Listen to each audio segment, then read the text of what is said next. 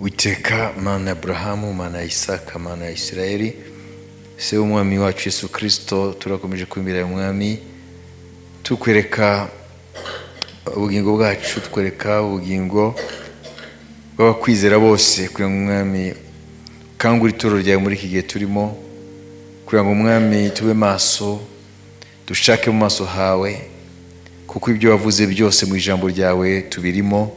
Ibyo bahanuzi ba kera muri Bibiliya bahanuye turabibona.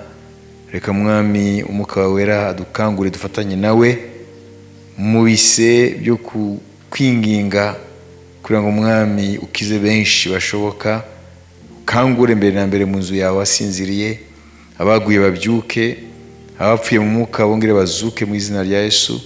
Abari bararimbuka mu mahanga, umucyo wamurikire mwami, bakizwe, kugira ngo umwami ibihe ntibibashirane. Nk'uko Yeremiya yavuze ngo iki rirashize ntituragakizwa. Reka mwami abantu bakizwe muri iki gihe, kuko nta kindi gihe gisigaye.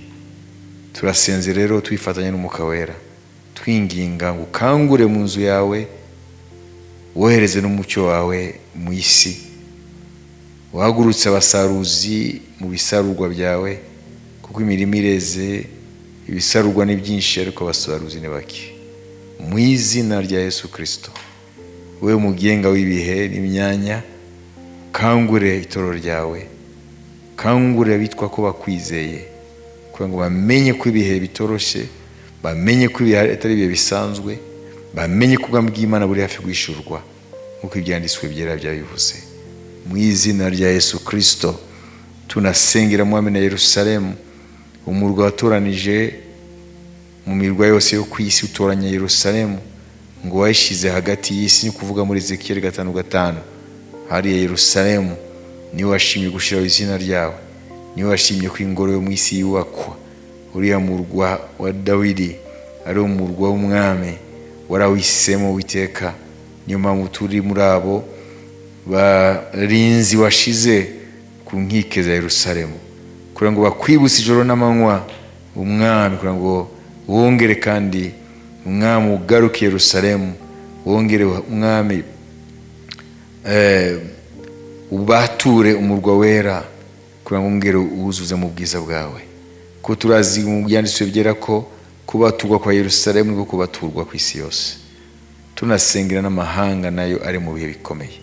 Satani arazi ko ashigaje igihe gigufi, niyo mpamvu ararimbura benshi bashoboka. Mwami turasengera amahanga, kugira ngo umucyo uyamurikire muri iki gihe turimo, mu izina rya Yesu Kristo, amen. Amen. Turebe na Nehemiya nawe, igice cya mbere, umurongo wa mbere uze ku murongo wa 4. Mumve aba bantu b'Imana ndiho ndavuga yuko bagiye bahishurwa umugambi w'Imana, hanyuma bakajya kubise, kuko bazi yuko Imana ibishaka yuko hagira abantu bawitangira mu gusenga. Nehemiya cya mbere umurongo wa mbere uza wa 4. Amagambo ya Nehemiya mwene Hakariya. Mu kwezi kwitwa Kisilevu mu mwaka wa 20, ubwo nari ibwami i Shushani, Hanani wo muri bene data yaraje, azanye n'abagabo bavuye i Buyuda mbabaza inkuru z'Abayuda barokotse, abari barasigaye batajyanywe ari imbohe. Mbaza n'inkuru z'i Yerusalemu. Barambwira bati abari bataragiye mu bunyage bagasigara mu gihugu cy'i Buyuda bagize amakuba menshi, baratukwa, kandi inkike z'i Yerusalemu zarasenyutse n'amarembo yaho yarahiye. Maze kumva izo nkuru ndicara ndarira, mara iminsi mbabaye, niyiriza ubusa nsengera imbere y'Imana Nyir'ijuru nti, ndakwinginze Uwiteka Mana Nyir'ijuru, Mana nkuru itera ubwoba, ikomereza isezerano n'imbabazi abayikunda bakitondera amategeko yayo. Amen. Nehemiya kuko we nabwo yari yatashye nk'abandi, yari afite umurimo ibwami. Amen. Aho ni mu bunyage, yari afite umurimo ibwami. Hanyuma yumva amakuru yuvuye i Buyuda agarutse. Amen. Haleluya. Umwe mu bavandimwe yitwa Anani amubaza amakuru, kuko ari icyiciro cyari cyaragiye, bari baratangiye gutaha. Abambere bajyanye na Zorobabeli. Zorobabeli akomoka mu nda y'ingoma Dawidi. Zorobabeli yajyanye n'aba contingent mbere, icyiciro cya mbere cy'abatashe nyuma y'imyaka 70. Kuro amaze kwima ingoma ye agateka ko Abayuda bose bagenda bakazamuka i Yerusalemu kubaka ingoro y'Imana. Nehemiya niwe wa mbere bajyanye n'abambere, bari nk'abantu 50,000 basubira i Buyuda. Abo nibo batangiye kubaka cya gicaniro. Abo batangiye kujya gushaka kubaka ingoro, barateshwa n'abanzi b'Imana. Ibyo ni n'amateka. Hanyuma uyu Hanani rero, umuvandimwe wa Nehemiya agarutse aramubwira inkuru ko bimeze, yuko Yerusalemu iracyari amatongo n'imisaka, nubwo abambere bari baragezeyo bavuye mu bunyage. Ntabwo yahise agenda ngo mumpeyamishanana nambare ngiye umunsi mukuru. Yagize gute? Yahise yambara bigunira, uje muri mwe, yahise ajya kubise arasenga. Amen. Daniel amaze kubona ko hageze ko amateka yigira imbere, amen, Abayuda bagataha iwabo, nawe yarasenze. Iyo urebye abahanuzi bose cyangwa abakozi b'Imana bose muri Bibiliya, igihe cyose bahishurwaga umugambi w'Imana, bahitaga bamenya ko hageze ko bajya kubise, kubera ko hari ikintu Imana yenda gukora. None twebwe turi muri bibihe, nta numwe, nubwo atahishurirwa icyo bivuga, nta numwe abona ko ibintu bikomeye ku isi, nta numwe. Ariko abantu b'Imana bo bakabimenya inshuro nyinshi, kandi si kubimenya gusa, bakiye kumenya icyo bivuga. Noneho bagahita bafatanya n'Umwuka Wera bakajya kubise, kubera ko bazi icyenda kubaho, bazi kugambi bw'Imana buri hafi guhishurwa. Ariko se niko bimeze? Oya. La majorité penshi bibereye aho gusa, baraza gusenga ku cyumweru. Iyi ni état général. Nuvuga ngo rero Satani arabizi, ahita asuka imbaraga zo guhuma abantu, gasuka imbaraga zo kubasinziriza bose, akabashyira ku gashinge ka anesthesie yo mu mwuka, hanyuma bagasinzira. Ahubwo ugiye nkunda ko bayita mu Kinyarwanda, harya anesthesie bayita gute? Ikinya. Hanyuma ikinya ikabyara iki? Oya, ari ijambo bita ingusho. Nuvuga ngo iyo bakwiza anesthesie générale bigenda gute? Anesthesie ifata hose bigenda gute? Ibyo bagukora byose uri kumwe nabo. Rero dukoresheje ijambo rero ingusho, bakugusha muri ni sorte ya koma. Nuvuga ngo système nerveux yawe, sibyo? Ubwonko, amanerone hari icyo aba yakozweho, donc tu deviens plus sensible. None Satani rero afite rero anesthesie, ikinya cyo mu mwuka, atera abantu bakaba bakanura ari bazima, ariko mu buryo bw'umwuka bari mu kinya. Barafite amaso nibabona ibyo Imana ishaka kubereka, mwabizi. Bafite amatwi ntabwo bumva ibyo Imana ishaka ko bumva. Iyo niyo situation y'abantu benshi ku isi uyu munsi mu nzu y'Imana. Abo nibo tukwiye gutakambira rero, kuko Imana irabakeneye ngo bajye kubise n'Umwuka Wera. Imana ihabwa icyubahiro. Ntabwo Imana ishaka ko tuba abantu bareba ibintu nk'uko abisi babibona. Bakiye kumenya ko ibintu biraba bifite impamvu yabyo, kandi impamvu yabyo iri muri Bibiliya. Abantu benshi ils sont ignorants, ntabwo bazi Bibiliya, ntibazi umugambi w'Imana kudekoda muri biriya bawubone. Ibintu gitangaje. Bo bazi ko ibintu byikora gusa, nta mpamvu yindi. Dore umwami wari aravuga abwira itorero ibyo yabwiraga abafarisayo mu gihe cye, nibyo yabwira itorero. Nimba uri mu itorero, muntu uri mu itorero, nawe uzanyumva ku mbuga, nimba uri mu itorero ry'Imana, Imana umwami Yesu ararakubwira aya magambo ushaka kuvuga nkuko yabwiraga abafarisayo mu gihe cye. Matayo 16 umurongo wa mbere tugeze ku murongo wa 3. Abafarisayo n'abasadukayo baraza bamusaba ngo abereke ikimenyetso kivuye mu ijuru kugira ngo bamugerageze. Arabasubiza ati, iyo bugorobye muravuga muti hazaramuka umucyo kuko ijuru ritukura, na mu gitondo muti haraba umuvumbi kuko ijuru ritukura kandi ryirabura. Muzi kugenzura ijuru uko risa, ariko munanirwa kugenzura ibimenyetso by'ibihe. Amen. Utekereze kuri amagambo Yesu yavuze. No mu gihe cya Yesu hariho ubwo bumenyi bwo kugenzura ikirere, bakamenya ibihe uko biri bumere, nimba imvura iri bugwe, nimba ari uruzuba, ariyo bita meteorology no musi. Amen. Nuko ubu twateye imbere no muri science, bigatuma dushobora kugira tekinoloji kurushaho muri icyo gihe, tugakoresha ubuhanga n'ibikoresho, sibyo? Bakaba bakubwira ati uzatware umutaka ejo, sibyo? Kuko hazaba imvura. Mu cyumweru gitaha bizamera gutya.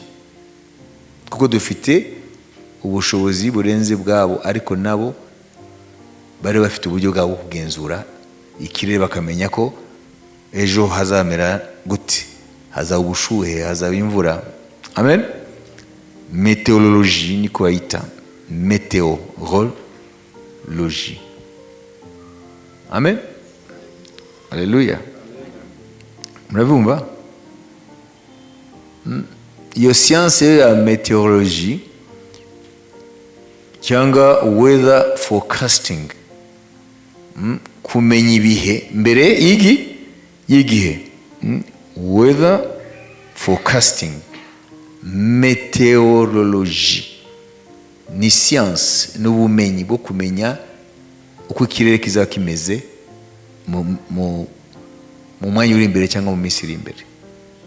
Nubwo rimwe na rimwe bashobora gutengwa gato, sibyo? Kuko atari Imana, ariko nka 90% baragerageza.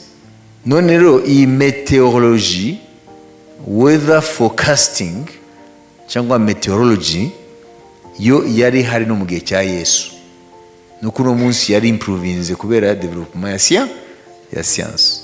Yesu rero arababwira ati, mwebwe murabahanga muri meteorology. Siko yavuze ngo murebe ikirere mukamenya ibihe uko bizaba bimeze. Ngo ko muzi kugenzura iri juru, ikirere, mukamenya ibihe uko bizaba bimeze, ko hazaba imvura, umuvumbi, ko hazaba ibiki, kuki mutazi kugenzura ibimenyetso by'ibihe? Tugarutse aho natangiriye, akoresha ibisanzwe atuhishurire ibyo mu mwuka. Ngo mwebwe murabahanga wo kugenzura, bongere basomere mu 3. Arabasubiza ati, iyo bugorobye muravuga muti hazaramuka umucyo kuko ijuru ritukura, na mu gitondo muti haraba umuvumbi kuko ijuru ritukura kandi ryirabura. Muzi kugenzura ijuru uko risa, ariko munanirwa kugenzura ibimenyetso by'ibihe. Amen. Hano rero ababwira ahereye ku bintu bisanzwe bahora bakora. Mugenzura ijuru mukamenya ibihe, nimba haza kugwa imvura, nimba haza kuba uruzuba, haza kuba umucyo. Ko muzi kugenzura ijuru mukamenya ibihe uko biri bube, ngo kuki mutagenzura, mutamenya kugenzura ibimenyetso by'ibihe? Ibimenyetso by'ibihe ni aravuga n'ibihe, ni ibihe Imana yagennye mu ijambo ryayo. Kuki mufite ibyanditswe byera mukaba mutamenya ibihe muri bo byari byo mubigenzurishe ijambo ry'Imana. Nabizi nk'uko kugenzura ijuru bakatubwira niba hazagwa imvura ngo twitegure, nituva mu rugo tumenye ko twambara ibintu by'imbeho cyangwa twitwaza imitaka, sibyo? Impamvu batubwira bati ibi ejo cyangwa mu cyumweru gitaha hazagwa imvura nyinshi, bizamera gutya, hazaba imiyaga, muri meteorology, mu bumenyi bwa meteorology, weather forecasting. Kubera iki babitubwira ngo twitegure? Batubwiye bati ejo hazagwa imvura nyinshi cyane hagati ya saa yine n'isaa yine, wowe ukahita wigenda wiyambariye akenda gasanzwe, nta n'umutaka witwaje. Bimeze gute? Uzaba uhabanye nako niki? Niteganyagihe. Wese iteganyagihe ribereyeho ngo uze kwitwara uko ibi bihe bizaba bimeze. Tikomeze wowe nukora ikinyuranye uzagira ingorane. Ushobora no kuba umusonga, nimba ari ubukonje bwinshi. Ayibise none ijambo ry'Imana ko ariryo teganyagihe mu buryo bw'umwuka, kubera iki ritubwira ibihe uko bizaba bimeze ngo abo muri icyo gihe bamenye uko bitwara? Ariko mu buryo bw'umwuka iyo turebye ntabwo tubayeho accordingly, ntabwo tubayeho uko twakabayeho dukurikije iteganyabihe biri mu ijambo ry'Imana. Ubuzima bwo gusenga umuntu ku giti cye, nubwo twebwe tutabibona, ukurikije ukuntu abantu bayeho, nabyo biri affecté. Nuvuga ngo ntabwo prière personnelle nayo yarakubititse, kuko revival itangira umuntu ku giti cye kuba afite ubuzima bw'ibanga n'Imana. Ntabwo ushobora kubihisha. Umuntu afite relation n'Imana, afite ubusabane n'Imana ku giti cye, akaba afite ibi byo gusenga agasenga, ni ngombwa, birafekta, biratusha, bikora no ku buzima bwe bwa buri munsi. Wabibise naho tutabona bigaragara mu byo tubona. Rero mu kurangiza niho nababwiye ngo iri somo ry'uno munsi rirambaye. Nashaka kubwira ngo ntago turi mu bihe bisanzwe. Nimba ubyibaza uribeshya. Isi ntabwo yigeze iba mu bihe turimo, amen, byaba muri fréquence na intensité y'ama événement. Ntibigeze bibaho. Ntabwo bisaba kuba warize amashuri menshi ukamenya geopolitique y'isi, uko isi imiterere uko imeze, mu byerekeye imitegekere, uko ibihugu bibanye. Ni ibintu bigaragara n'amaso, kuko ni ibintu bigenda byafekta umuntu kuri échelle individuelle mu rwego rwa kimuntu. Uyu munsi rero nje kubabwira nimba itorero rya Kristo rikiri ku isi, amen, ntabwo tuzi rishigashingana gute, ariko ibihe uko tubibonesha iki? Iteganya gihe y'Imana, amen, météorologie spirituelle y'Imana, amen, spiritual weather forecasting. Ni ukuvuga ngo ntabwo twakabaye uko turi tukwiye kuba turi kubise byo gusenga, byo kuba maso, byo gucunguza uburyo umwete, byo gukiranuka kurusha mbere, amen, no kuba mu ishyaka ry'Imana kurusha mbere, no kuba intirimbanye zo mu mwuka ku byerekeye gukiranuka ku by'ubwami bw'Imana. Urebye rero abantu uko bameze ntago bariho nk'uko bakabaye bariho dukurikije iteganyagihe y'ijambo ry'Imana. Ni nk'uko batubwira yuko ejo hazaba imvura nyinshi cyangwa hazaba uruzuba rwinshi n'urugero, wowe ukahita uva mu rugo ukora ibinyuranye, mu gihe imba ari imvura nyinshi yavuzwe bikoreshejwe iteganyagihe wo ukiyambarira akenda gasanzwe, sibyo? Nimba hazabura uruzuba rwinshi ukiyambara imipira 5 n'amakoti 3 ukakora ibinyuranye, bizahugiraho ingaruka. Abantu rero bari mu buzima bunyuranye n'iteganyagihe ryo mu mwuka. Niyo mpamvu rero Satani urabona niwe afite avantage. Satani niwe agaragara mu mirimo ye irumbye y'umwijima. Niyo mpamvu ubona ntabwo abantu ubona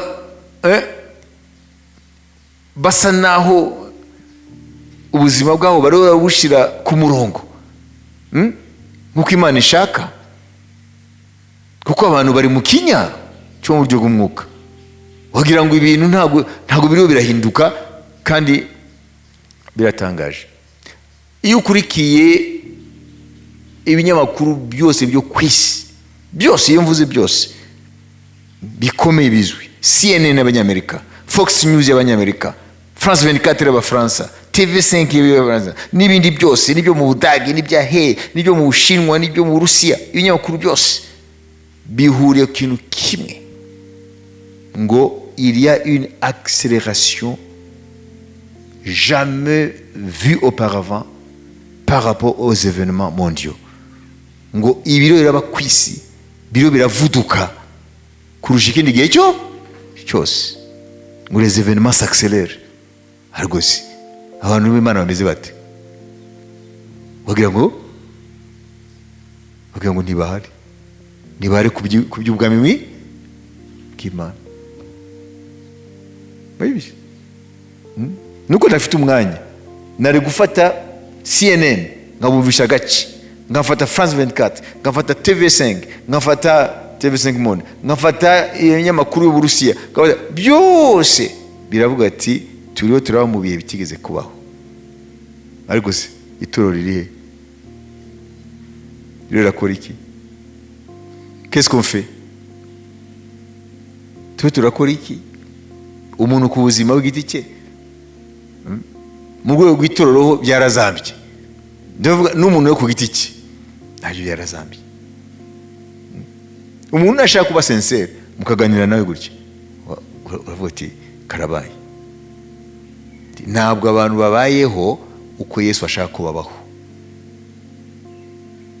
ntabwo babayeho nk'abantu bafite ishurirwa, ntabwo babayeho nk'abazi umugambi w'Imana, ntabwo babayeho nk'abazi yuko amatara aracana umutuku.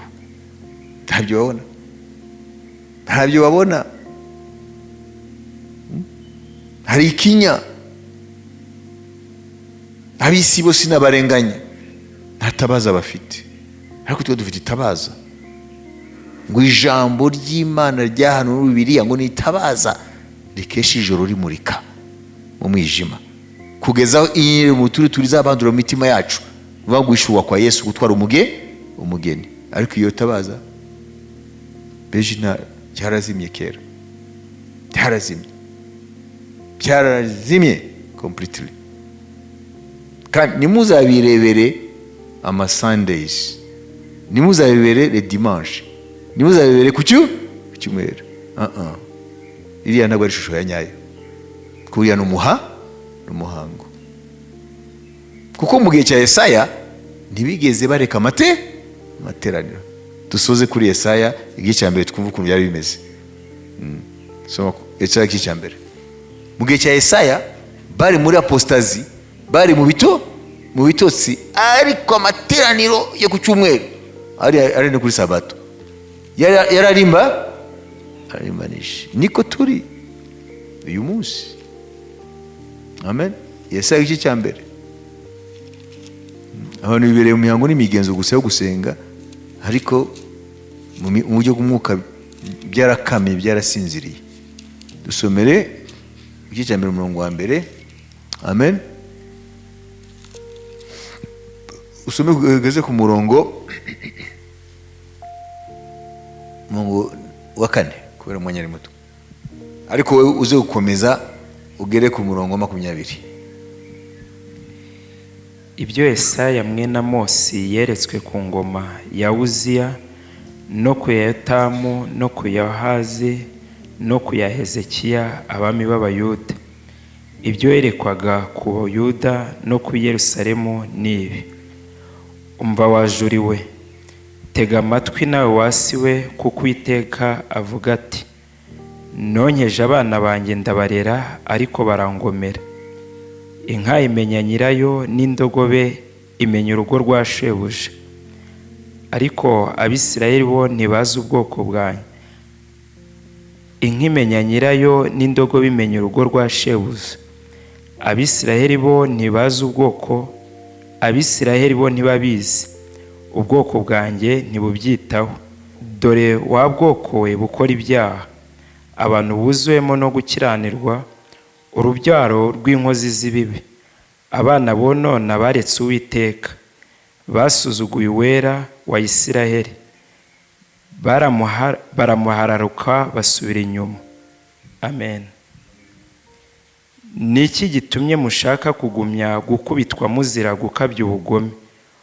Umutwe wose urarwaye, umutima wose urarembye. Amen.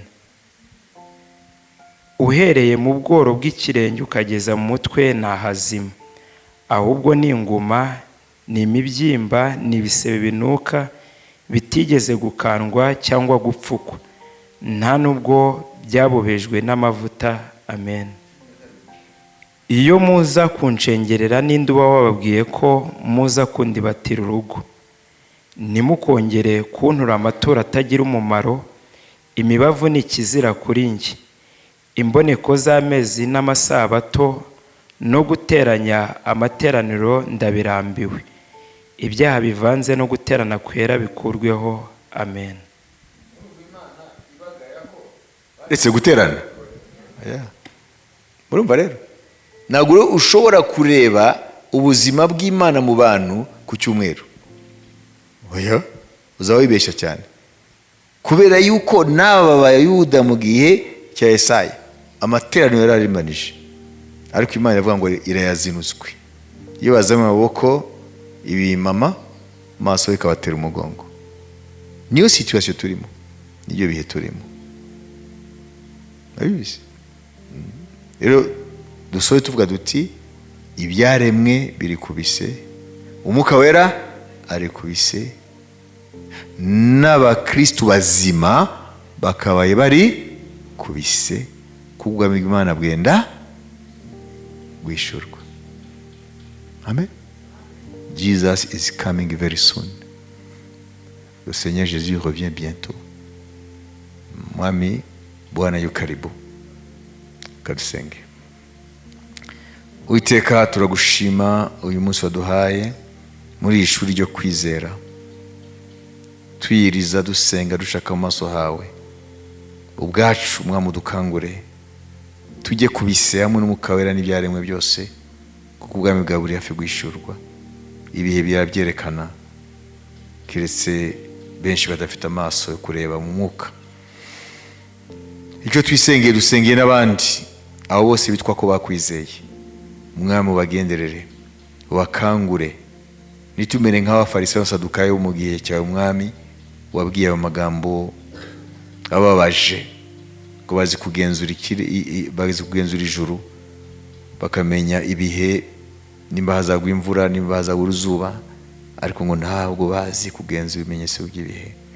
Mwami, natwe nicyo gihe turimo, turasenga abantu bose ku isi bitirwa izina ryawe, kugira ngo Umwuka Wera ubagenderere.